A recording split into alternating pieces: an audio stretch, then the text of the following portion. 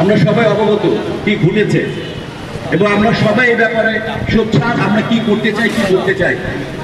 ওই চাওয়া পাওয়ার মাঝখান থেকে আজকে আবেগের বহিঃপ্রকাশ। আমরা কি চাই?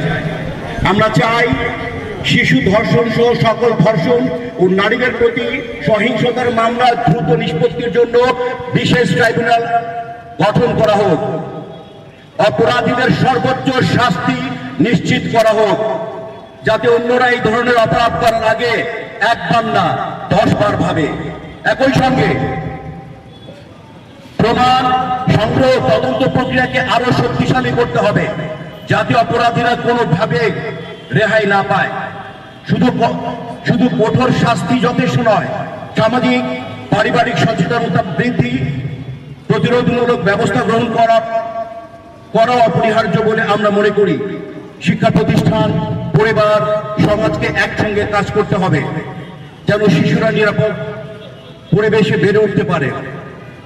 আমরা সরকার, আইন শৃঙ্খলা রক্ষাকারী বাহিনী এবং বিচার বিভাগের কাছে আহ্বান জানাই, অনুরোধ জানাই, শিশু ধর্ষণের বিরুদ্ধে দ্রুত ও দৃষ্টান্তমূলক বিচার নিশ্চিত করুন। একটি সভ্য ন্যায়ভিত্তিক সমাজ গড়তে হলে আমাদের এখনই কার্যকর পদক্ষেপ নিতে হবে। আজকের শিশু আগামীর অবলম্বন, তাই সকল শিশুর নিরাপত্তা নিশ্চিত করাই হোক আমাদের অঙ্গীকার। আপনাদেরকে অসংখ্য ধন্যবাদ এবং আমরা চাই না আর এখন থেকে আর কোনো আশিয়া যাতে এইরকম অ্যাবিউজ না হয়, আর কোনো আশিয়া যাতে ধর্ষণের শিকার না হয়। আমরা যারা যেখান থেকে পারি, আমরা যাতে মানবতা বোধ আছে তারা জাগ্রত থাকি। আপনাদেরকে আবারও ধন্যবাদ। আজকে উপস্থিত আছেন আমার শিল্পী ভাই বোনেরা, সবাইকে আসসালামু আলাইকুম। আজকে আমরা যে মানববন্ধন করছি,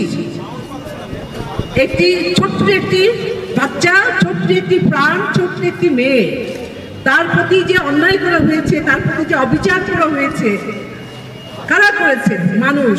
কিন্তু আমি মনে করি সে মানুষ নই, মানুষ আকারের সেই ভয়ঙ্কর যে জীবজন্তু যদি হয় তার চেয়েও ভয়ঙ্কর। আমরা নিন্দা জানাচ্ছি, প্রতিবাদ করছি যে অতি শীঘ্রই যেন তাকে ধরে আপনার দৃষ্টান্তমূলক শাস্তি দেওয়া হয়। শুধু দৃষ্টান্তমূলক শাস্তি নয়, তার ফাঁসি দাবি করছি। এটা যেন আমি আইনেরই ফাঁসিতে ঝুলানো হয়, আপনার জনসাধারণের সামনে দিয়ে বলবো আমি। কারণ যদি একজন দুইজনকে এভাবে ফাঁসিতে ঝুলানো যায়, আমার মনে হয় যে পরবর্তীতে এই ধরনের নেটকার জন্য কাজ করবে না, সাবধান হয়ে যাবে যারা এই